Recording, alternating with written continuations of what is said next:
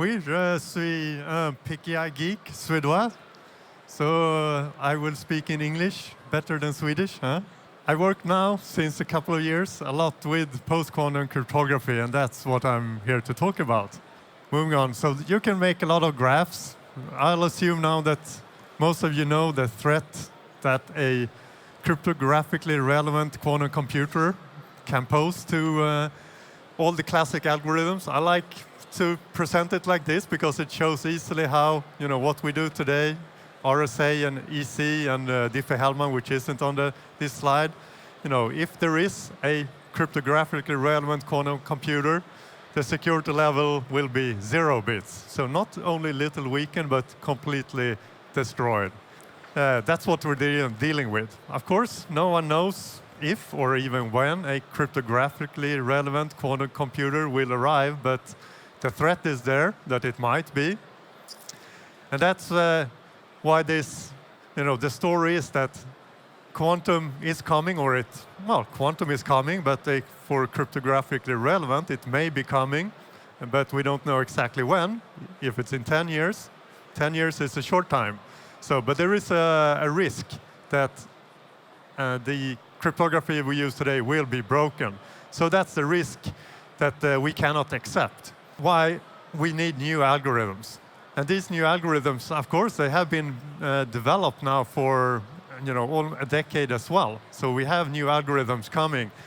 And we know that we will have to migrate to these new algorithms just because there is a risk. So maybe a cryptographically relevant quantum computer is even more farther away than 10 or 20 or 30 years, but there is a risk. So we will be forced to migrate, starting with the government and the finance industry, etc. So we have a lot of work ahead of us, and it takes a long time to migrate cryptographic algorithms. So that's why we have to start preparing today, and which we hear a lot of talk about, of course. So the timeline, kind of short, which many have heard before, is that the NIST started the post-quantum cryptographic algorithm competition a long time ago and announced finalists in 2022. And maybe the hardest kind of mandate came in September 22, which was from the NSA. Don't make mistakes. So every government in the world will do the same mandates, but this was kind of the most fixed timeline at this time, because at 2025 or 26, depending on which type of equipment you're talking about, they will start preferring vendors who have implemented the quantum-safe algorithms. And by 2030, which is only 5.5 years away, they will only buy or procure equipment from vendors who have implemented a new quantum-safe algorithms. And we will see the same from, of course, other governments around the world. So that gives some fixed timelines. Not when a quantum computer will be here, but when we will have to have migrated. Otherwise, if you're selling things, you will not be able to sell it anymore. So what we have now, actually in March 2024, is that the algorithms are almost finalized in standard. So there was what's called the round 3 of post-quantum cryptography algorithms up until August 23, and actually a few differences in the comment period, a few changes have been done to the algorithms. So right now, in this time, there are several versions of the algorithms out there, and some have, say, hardware security vendors have implemented typically the round 3 version. Now there are some changes to parameters, so some cryptographic libraries have added changes to the algorithm. So right now, interoperability is challenging because there are multiple versions out in the field. But of course, in not only a few months, say June, July, hopefully, the final standards will be out there, and all vendors and implementers of cryptographic libraries are, finished with the baseline, and will only have to make small modification with the final parameters, and then will be ready to release products, cryptographic libraries, VPN, and all of that. So very soon after mid-year this year, there will be a lot of new products released with updated cryptographic algorithms. And my prediction is that by the end of this year, 2024, there will be production-ready, interoperable solutions possible to get together from different vendors across the field. So by the end of this year, we will see production deployments of post-quantum cryptography. So some things worth knowing. So I'm a tech geek, so I will get into the technical stuff. So the keys and signatures of these new algorithms are a lot larger. So this may affect your use case, or it may not. If you're running on a laptop with lots of CPU and memory on a local network with no latency, probably not so challenging. But if you're running on a slow network with lots of latency, maybe very constrained devices with very little flash memory and a weak CPU, then the sizes and the increased requirements of memory and CPU for these new algorithms may pose a challenge. So some equipment may have to be changed. For some use cases, mobile phones, laptops, it's not going to be any problem. But it's going to be different depending on the use case. And there's other technical things that will change that forces a lot of changes. Things like PKI certificate signing requests and key encapsulation keys. So looking at the last year, that the new key encapsulation mechanisms, which are a replacement for RSA encryption or Diffie-Hellman key exchange, doesn't work exactly the same. It's not a drop-in replacement.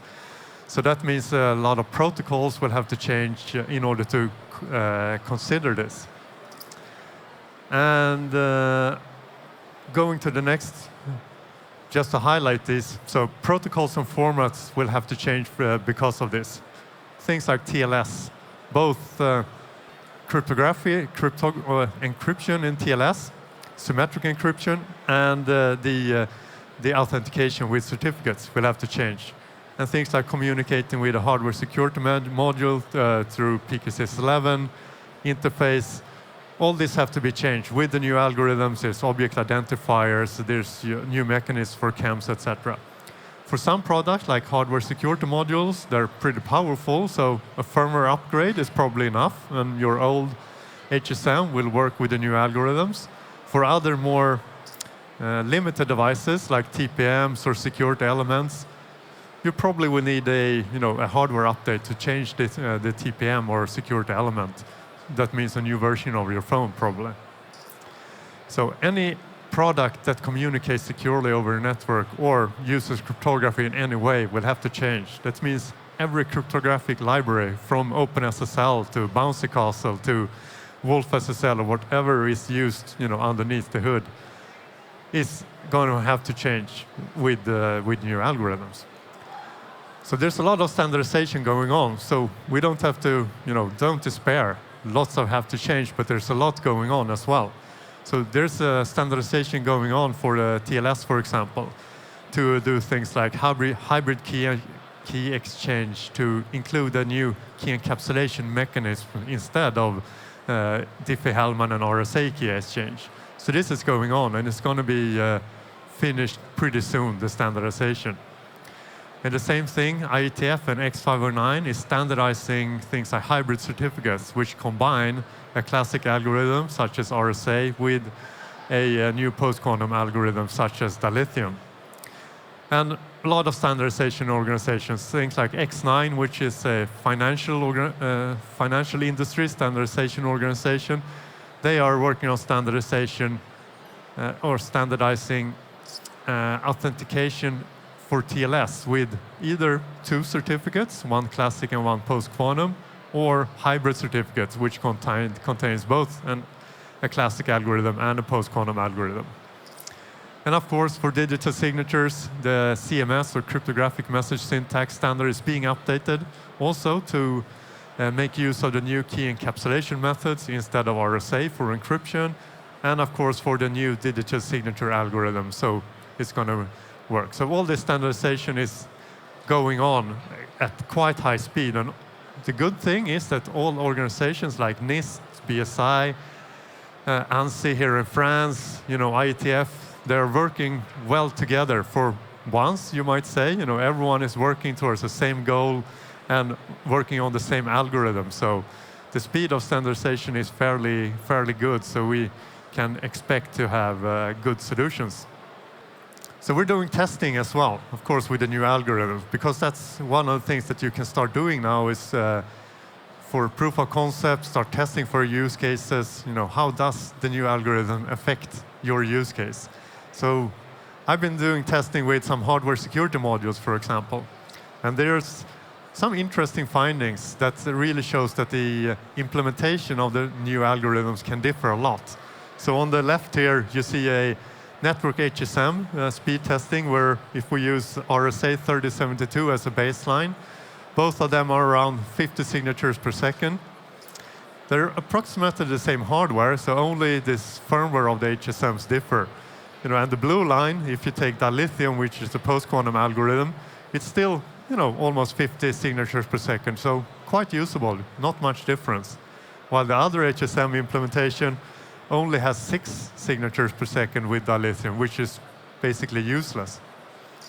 But from this we can draw a conclusion, I think, that as standardization comes and towards the end of the years, the implementations will mature, so we will see approximately probably the same performance as we have today with RSA at least, or elliptic curve cryptography on hardware security modules, which is good news.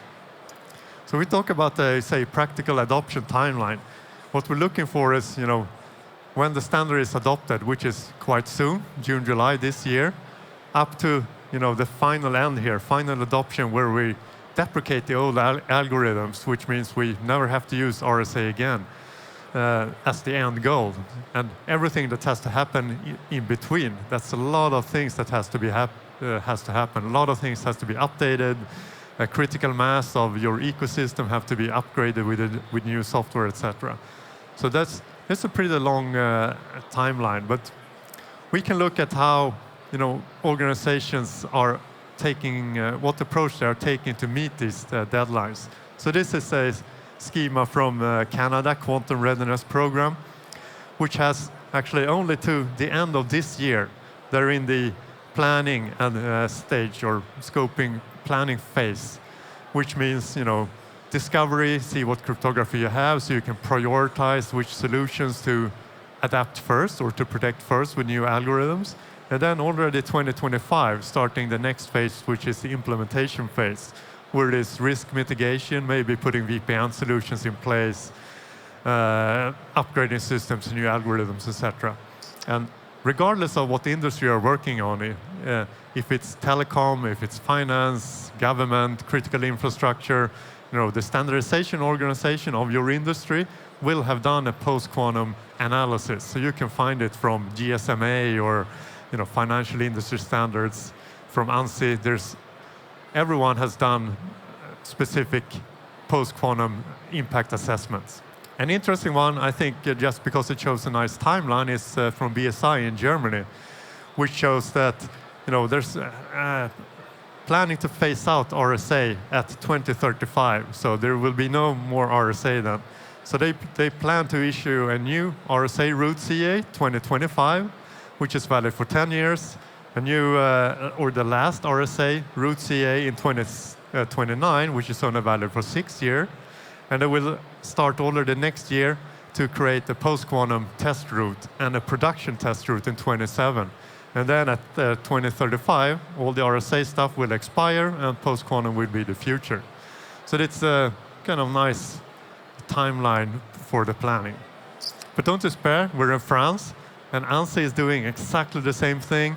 So they have a very nice follow-up paper on post-quantum cryptography. The last one, I think, was released in December last year, which goes through everything, or their take on things. Where the good thing is that everyone is working with the same algorithms, the French, the German, the Americans, the Swedish. So we can expect very nice interoperability between everyone as it comes to this. Of course, financial industry also have a very nice, there's self-assessment guidelines. So there's going to come out the drafts, with nice self-assessments of your organization, questions you can ask, that you can ask vendors to see where you are or help in your planning. So there's this one is X9 Technical Recommendation 61 2023, which I started reading. And that's it. So we have, of course, at Keyfactor, we have a lot of solutions ready. We have a post-quantum lab with lots of open source software. We develop open source software. You can download cryptographic libraries. There's PKI software and signing software on Docker Hub that you can pull down and test now. And of course, we have a booth, B32, so you feel free to come over and visit us. Thank you for your patience.